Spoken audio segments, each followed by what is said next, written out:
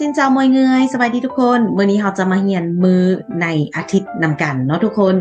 สำหรับวันจันทร์ภาษาเวียดบอกว่าถือให้แม่นวันจันทร์วันอังคารเฮาว่าถือบ้าแม่นวันอังคาร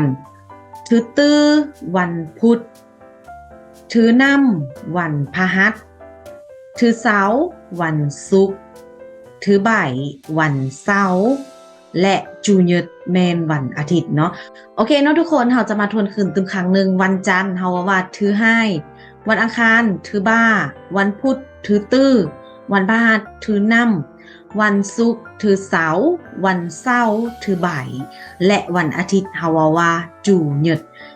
ร์แมนวันอาทิตย์เนาะบัดนี้คำว่ามื้อนี้ภาษาเวียดว่าโฮมในแมนมื้อนี้มื้ออื่นเฮาว่าไงไม้แมนมื้ออื่นมื้อวานเฮาว่าโฮมกว่าแมนมื้อวานเนาะมื้อนี้โฮมในมื้อวานโฮมกว่าและมื้ออื่นเฮาว่าไงไม้เนาะมื้ออื่นแม่นไงไม้บัดนี้เราจะมาเบิ่งคำศัพท์นะคะสมมุติเราจะถามว่ามื้อนี้แม่นวันหยังเราจะบอกว่าโฮมใน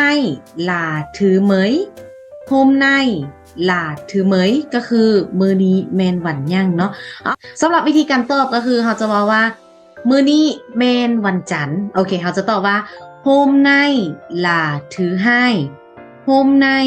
ลาถือให้โอเคก็คือมื้อนี้แม่นวันจันทร์เนาะบัดนี้ถ้าสมมุติเราจะเปลี่ยนคำว่ามื้อวานเดย์เราเพียงแต่เปลี่ยนคำว่ามื้อนี้เนาะเป็นมื้อวานเปลี่ยนจากคำโฮมในเป็นคำว่าโฮมกว่ายกตัวอย่างตัวนี้ข้อนี้เราจะบอกว่าโฮมกว่าลาถือเหมยก็คือมื้อวานแม่นวันหยัง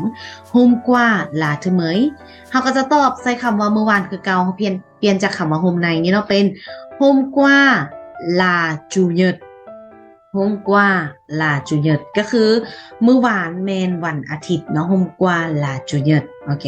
มาบัดนี้ถ้าสมมุติว่าเราจะถามเป็นมื้อนี้แม่นวันที่เท่าใดเนาะภาษาเวียดจะบอกว่าhôm nay là ngày bao nhiêu hôm nay là ngày bao nhiêu ก็คือมื้อนี้แม่นวันที่เท่าใดเนาะ hôm nay là ngày bao nhiêu โอเคสำหรับวิธีการตอบก็คือเขาจะตอบว่า hôm nay là ngày mùng 2 hôm nay là ngày mùng 2ก็คือมื้อนี้แม่นวันที่2เนาะ hôm nay là ngày mùng 2ถ้าสมมุติเราจะถามว่ามื้อวานแม่นวันที่หยังเฮาก็คือเก่าเนาะเปลี่ยนจากคำว่า hôm nay มื้อนี้เป็นมื้อวานก็คือเฮาใช้คำว่า hôm qua là ngày bao nhiêu hôm qua là ngày bao nhiêu มื้อวานแม่นวันที่เท่าใด